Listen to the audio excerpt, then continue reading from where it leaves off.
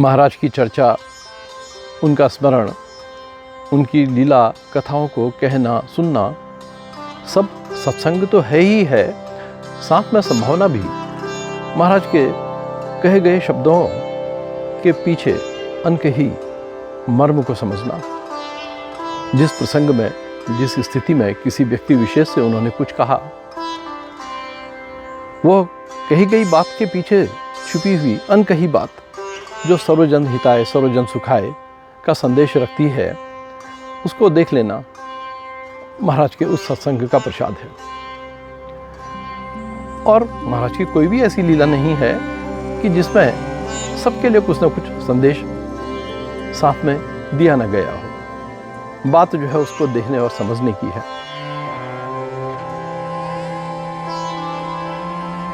ऐसा हुआ तब नैनीताल में हनुमानगढ़ी मंदिर समूह पे शिव मंदिर का निर्माण कार्य चल रहा था। बात 60 के शुरुआती दौर की है।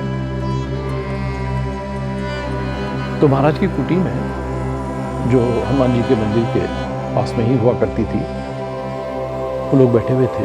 कानपुर से आए कोई सज्जन ने महाराज से आके निवेदन किया, अब महाराज बड़ी परेशानी है, मैं बहुत परेशान हूं, कहीं ध्यान नहीं लगता मेरा, काम में भी पूजा में भी किसी में ध्यान नहीं लगता, कैसे करूं। महाराज ने कहा, परेशानी किसे नहीं है, कौन परेशान नहीं है। हाँ, परेशानी अपनी जगह पर है और तुम परेशान हो या ना हो वो तुम्हारी मर्जी है। रही बात ध्यान लगाने की, तो जैसे नोट गिनते हो, लगाओ, लग जाएगा। चिंता सबको है, सबकी अपनी अपनी चिंता के कारण हैं और सभी कारण जरूरी भी हैं। लेकिन महाराज कहते हैं कि चिंता किसको नहीं, सभी को है। अलबत्ता चिंता तुम्हें हो ना हो ये तुम्हारी मर्जी है, चिंता के रहते हुए। इस साधारण सी लगने वाली बात के पीछे गहरा संदेश महाराज का छुपा हुआ है। ऐसा हुआ, बोधिसत्व की प्रसिद्धि बहुत फैल चुकी थी। वो कहीं भी यात्रा में जाते, उनके वहां पहुंचने से पहले उनकी प्रसिद्धि पहुंच जाती, लोग प्रतीक्षा करते थे। तो एक बार बोधिसत्व चीन की यात्रा में गए। वहां का राजा प्रतीक्षा कर रहा था उनकी अधीरता से, और एक दिन सूचना आई कि बोधिसत्व राज की सीमा में पहुंच गए हैं। राजा उनके स्वागत के लिए अपने राज्य की सीमा में पहुंचा। बोधिसत्व एक मंदिर में रुके हुए थे।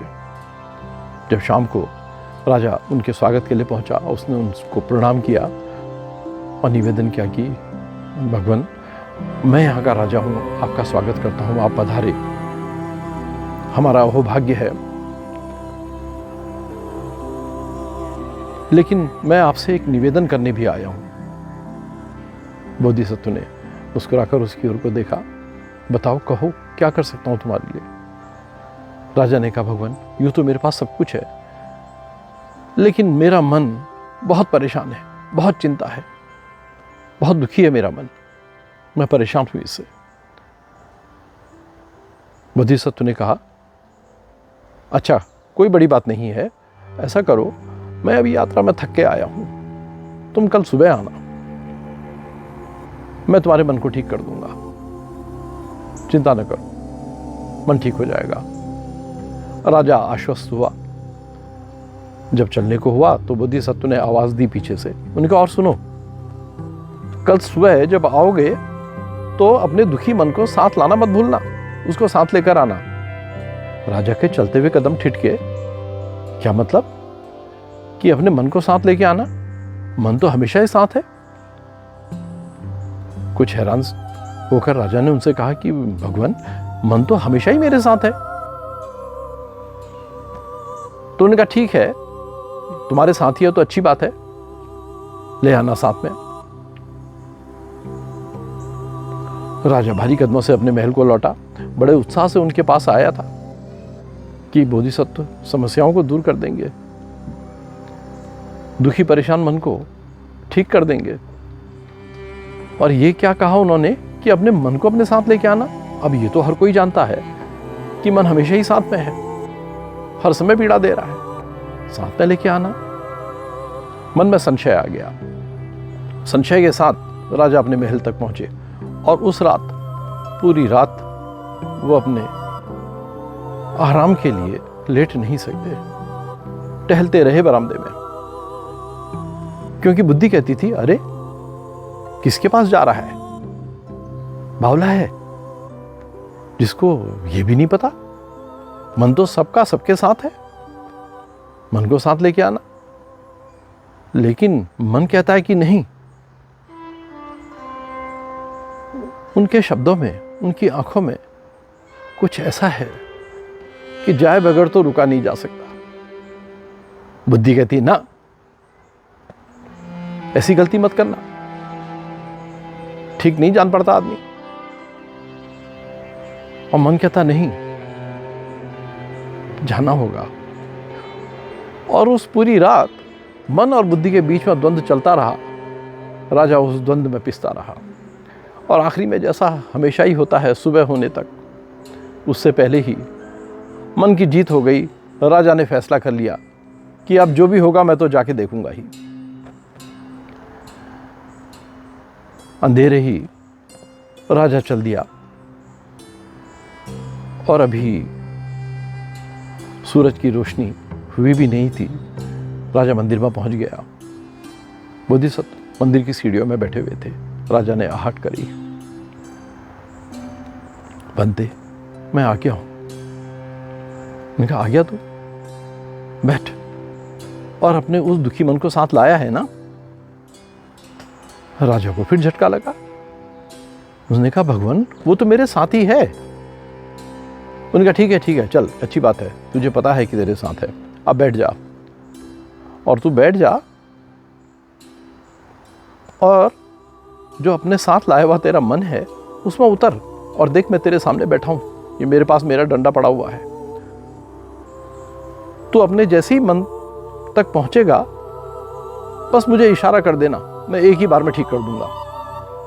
अब तो राजा बिल्कुल ही हैरान हो गया कि पहले तो कहते थे कि मन को साथ लेके आना, और आप कहते हैं कि डंडे से एक बार में ही ठीक कर दूंगा।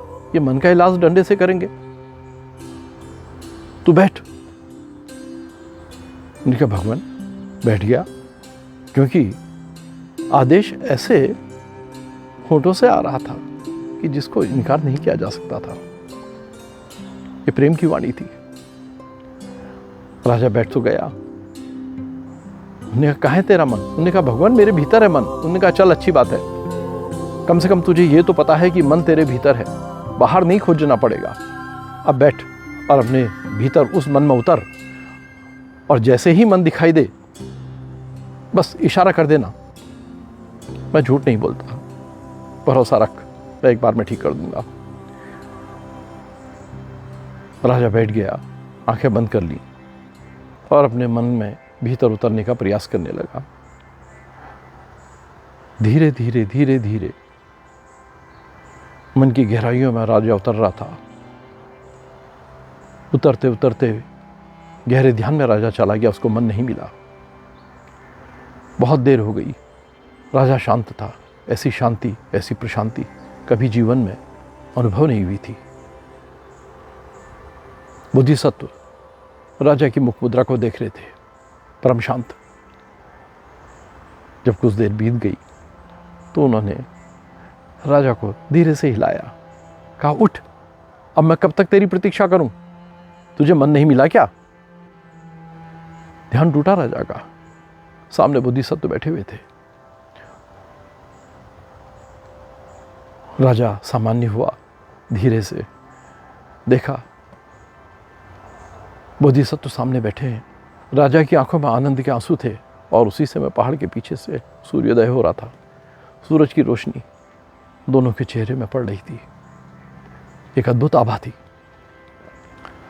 आनंद के आंसू राजा के गालों में चमक रहे थे। उस आनंद में राजा के पास कहने के लिए कुछ नहीं था। बस वो उन चरणों में लेट गया। बोधिसत्व को आनंद की अनुभूति हुई राजा की। संतुष्ट हुए। कहाँ है तेरा बीमार मन? उन्होंने कहा, भंते, कौन सा मन? कौन सा मन? और कुछ कहने के लिए था भी नहीं। जो मान्यता थी कि बीमार मन है कहीं भीतर, वो मन ही नहीं था। भ्रांति टूटी, शेष सब आनंद ही आनंद था। यह बात सिर्फ राजा की और बोधिसत्व की नहीं है, महाराज के सामने रखे गए सवाल की भी नहीं है, सभी के लिए है। सब अपनी अपनी चिंताओं की गठरी लेकर, अपनी अपनी परेशानियों की गठरी लेकर ढोए जा रहे हैं, खत्म ही नहीं होती। यहां तक कि बच्चा जो अभी होश संभाल रहा है, जिसको कोई चिंता ही नहीं है, बचपन का आनंद है, सहज आनंद, बाल रूप भगवान है, उसको समाज, उसको माँ बाप सिखाते हैं, तुझे फिक्र ही नहीं है, अरे चिंता कर, कम से कम पढ़ाई की चिंता कर। और जब बड़ा होकर चिंताओं से घिर जाता है तो कहते हैं चिंता क्यों करता है? दरअसल चिंता को नहीं समझना ही चिंता को समस्या बना देना है। जरा सी गहराई में विचार करें कि जो हम समझते हैं हमारी ज़रूरतें हैं, वो हमारी इच्छाएं हैं या हमारी ज़रूरतें हैं? बस इस छोटी सी बात में सभी के लिए महाराज का संदेश, समझें अपनी चिंता के मूल को। सब चिंता से सहज ही मुक्त हैं। और पुरानी ये कहावत भी है, चिंता वाकी कीजिए जो अनहोनी होए, अनहोनी होनी नहीं, होनी है तो होए।